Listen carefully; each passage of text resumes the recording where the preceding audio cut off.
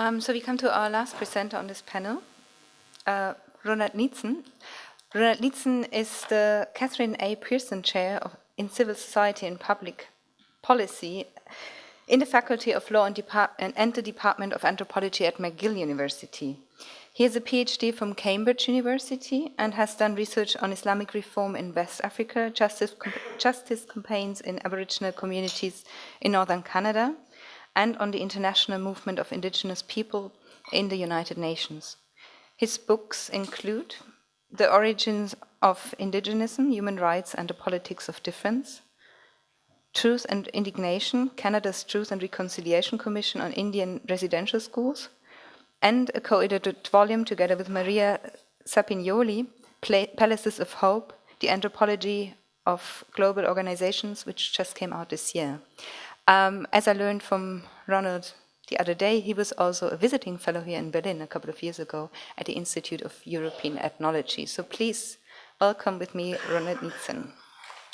Well, thank you, Regina. Thank you to the organizers. Thank you all for coming here. I suppose the first thing that I should say is that I am an academic, and I am going to use the podium, and I should pose no problem for the camera people. I want to talk to you, basically take a trip down memory lane and talk about my experience with repatriation efforts and working as a sort of part-time consultant for a museum when I was a faculty member and assistant and associate professor at Harvard University. I started off as an Africanist and moved back to Canada. I'm a Canadian, and was basically unemployed, applied for a job that I saw in the Montreal Gazette to work for the Cree Social Services, the health services in James Bay, northern Quebec. And even though I was an Africanist, basically, they hired me because I was cheaper than a doctor. And I flew around to the Cree communities and established sort of another set of relationships and another area of expertise before I was hired at Harvard University. Now, at Harvard, the Native American Graves Protection and Repatriation Act had just been passed the first year that I was there. And they were looking around for experts. I don't consider myself an expert in museums, never did. But they invited me to participate in some of the efforts that they were making to reform their Native American collection. The place that they were talking about was called the Hall of the American Indian. The first thing that I suggested was they changed the name of their place of exhibit because there's more than one American Indian. But from there, it became a kind of a struggle to try to understand how museum collecting worked and how the process of repatriation was working.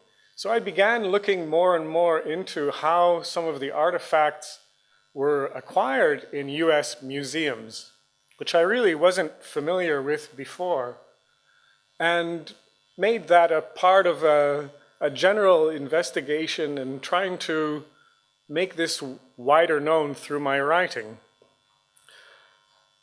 So one of the things that became very clear to me and to others through this process of reassessing the history of museum collections is that these objects were acquired through processes that we all find morally repugnant and appalling. They were stolen. They were taken by deception. They were some of it consisted of objects that were taken from objects. I mean, they were objects and human remains human remains that were taken from the battlefield and stripped of flesh and sent to museums. The physical anthropology in the 19th and early 20th century was oriented around the concept of race. So there was this idea that you needed to have wide samples of human remains in order to understand human racial differences. And so these human remains were acquired in this way. We have here a quote from Senator Daniel Inouye, who is a spokesperson who acted in favor of the Native American Graves Protection and Repatriation Act. As a Japanese descendant, he was certainly more aware than many of America's history of settler colonialism. And so the people who were lobbying behind this act had some politicians like Senator Inouye behind their efforts. One aspect of the background to this phenomenon that I haven't really heard talked about here, because the context may be different, is that some objects were acquired as a way to assimilate Native people, Native Americans, into a wider society. In other words, the objects were taken to remove them of their culture. And one of the ways to remove them of their culture was to take away the objects that provided them with a spiritual grounding in their traditions that were passed on from generation to generation. In Canada, laws were passed forbidding potlatch ceremonies. These are ceremonies in which a chief would amass a lot of wealth and give it away extravagantly. Now this, as you can imagine, embedded a network of social relations. But the colonial powers didn't see it that way. They saw it as a primitive example of wanton giving, of not being able to hang on to anything that is worth keeping, of profligacy and waste, to use some of the terminology that was used.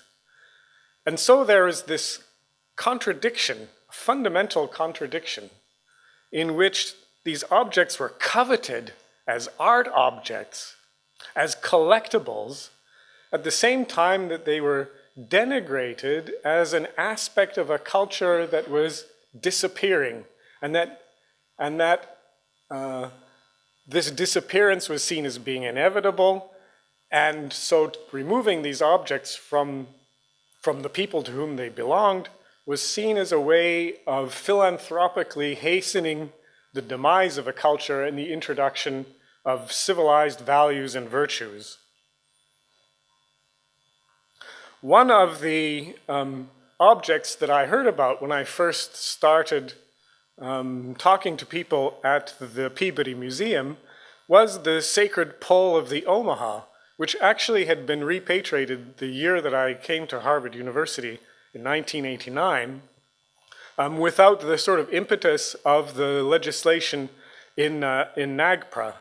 And you can see in the work of the anthropologists Alice Fletcher and Francis LaFlèche, who worked as a team for the Bureau of American Ethnology, that this sacred pole was recognized as representing the essential values of the Omaha people, was seen as being alive and embodying the inheritance of the ancestors. And yet, for that very reason, Fletcher and LaFlèche wanted the object to be removed. And they negotiated with the chief for its removal and being housed in the Peabody Museum. So they saw that these ceremonies connected to the articles, their relation to the autonomy of the tribe was essential, and yet for that reason, this was something that needed to be done, its removal. So with the item being returned, the great-grandson of the last chief, Yellow Smoke, received the sacred pole in 1989, and it was returned to the Omaha people. And as Robin Riddington, one of my teachers at the University of British Columbia, wrote, the Omaha, through this process, could no longer be seen as having a broken culture, or no longer be seen as a vanishing Indian tribe, but had kept themselves together as a people throughout the century that they were expected to have vanished. The Friends of the Indian, on the other hand, represented by Alice Fletcher, have vanished or been exposed as the bigots they often were. But the Omaha tribe remains. Now, there was a very important background of activism behind NAGPRA. And Maria Pearson is one of the people who led this activist movement. Her husband worked for the highways department, I think in Iowa. And he remarked that when they were building a highway and they encountered a cemetery that had to be removed of a non-native, of a white community, everything was done very carefully. A new location was found, ceremonies were done, the community was consulted, the graves were reburied. When they came across an American Indian grave or a Native American grave, nobody consulted anybody. Boxes appeared, the bones were shipped off to museums. And she thought that something was terribly wrong with this situation. And so she consulted her senator. She basically camped outside the office.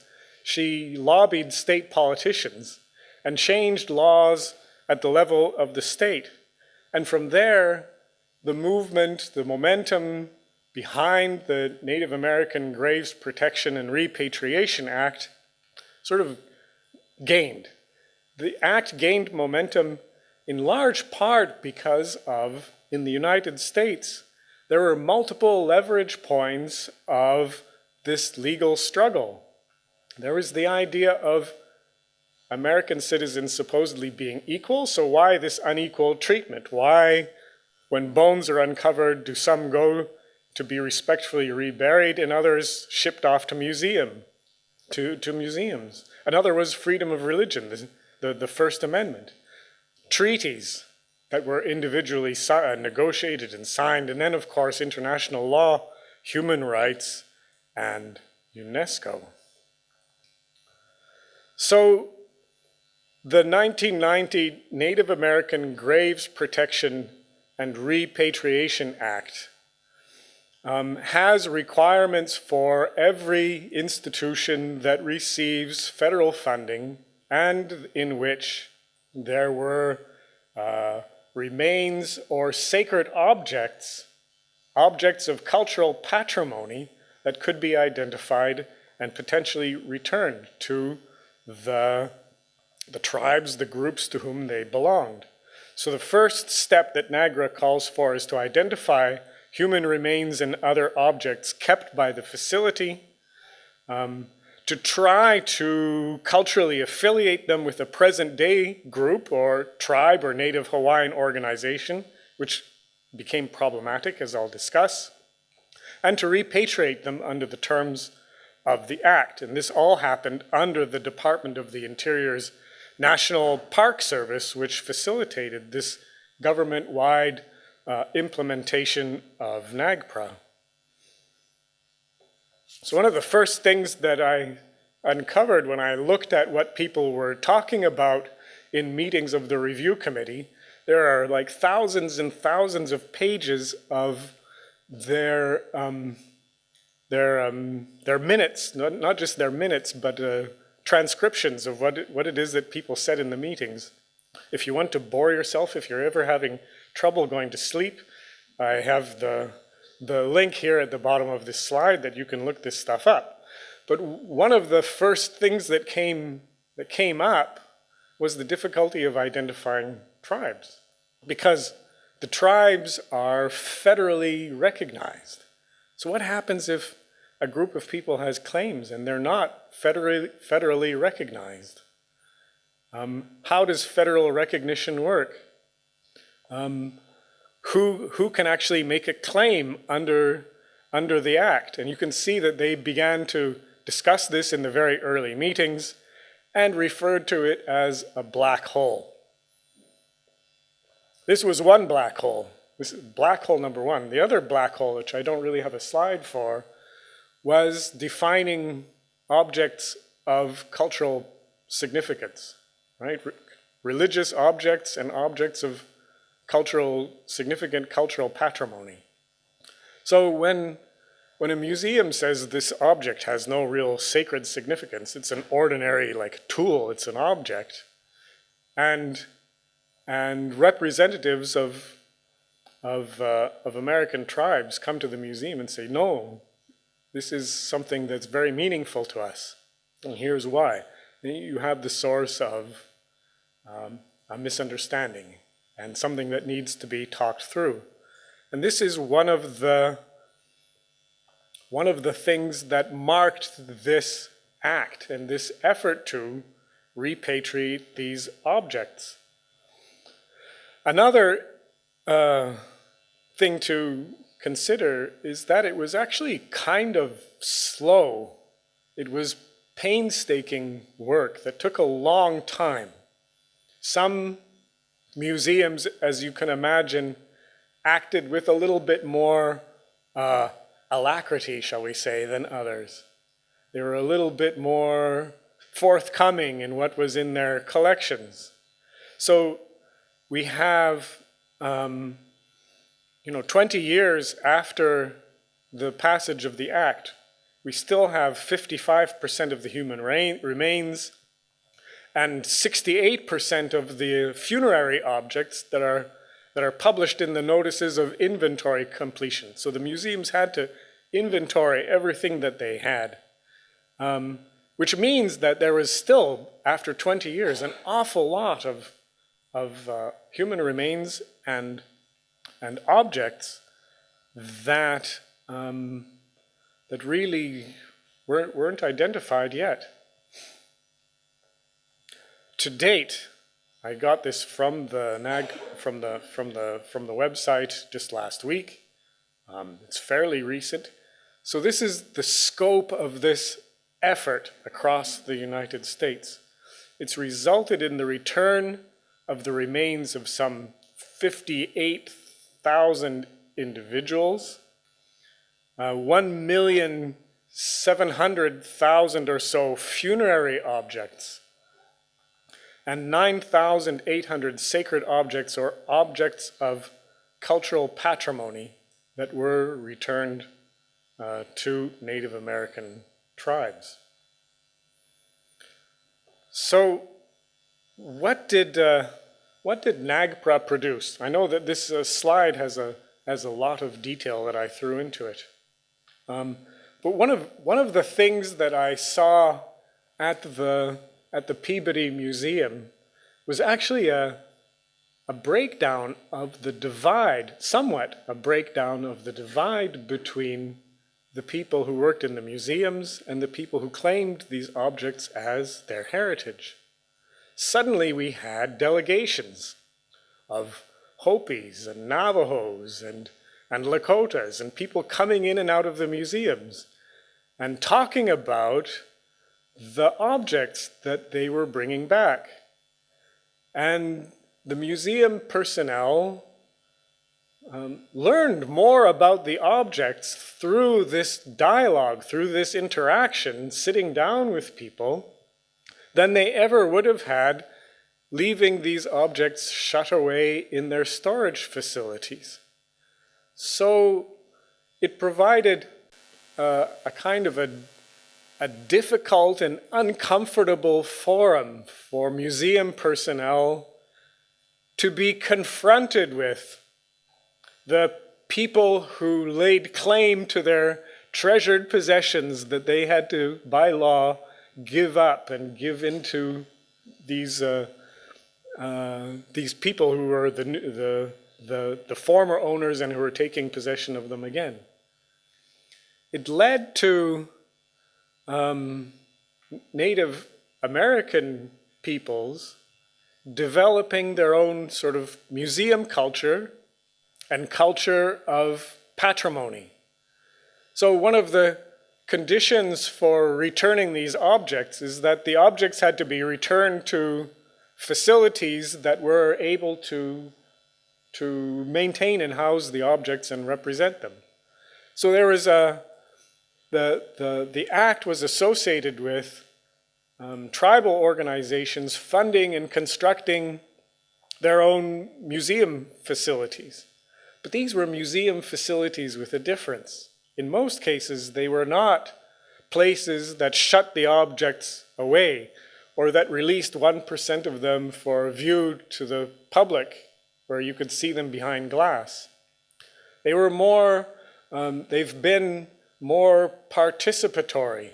The objects are used as they were intended to be in many cases by the communities that have repossession of them.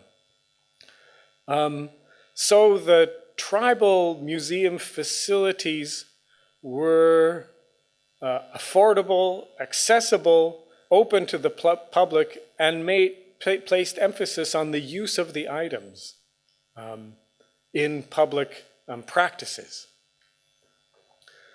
In some cases, the museum personnel and the people who came to claim the objects didn't see eye to eye, and they couldn't get over their differences. I remember the museum personnel in one case of repatriating some human remains. I forget what the group was, the delegation that came, but they performed prayers and ceremonies for the bones that they were receiving and described the person as being a man in his 20s. And the museum personnel were distraught by this. And they told me, but it's a 12-year-old girl. What do we do? They kept their mouths shut and they returned the objects. They didn't see the object in the same way. The museum personnel had their scientific understanding of the object. They understood some of what they thought to be the factual background, but they had no inkling of the spiritual power of these objects and how they resonated and were meaningful to the people that were taking them and having them returned. Now, all of this background that I'm talking about in terms of the Native American Graves Protection and Repatriation Act might seem a little bit far away from the concerns that we're talking about here, with Berlin housing these objects. But there is a direct relationship. There is, we call Canada and the United States and Australia, New Zealand, settler colonial societies. But the attitudes toward collecting and objects are very similar to those that I see in Germany. Something else. The news conference that I attended yesterday brought out the fact that many of the remains in the sacred objects of the Ova Herero and Nama have been sent to museums in the United States. So what we're seeing now and what's becoming clear is that there isn't just a sort of a direct line of misappropriation, of theft of human remains and cultural patrimony from colonial, from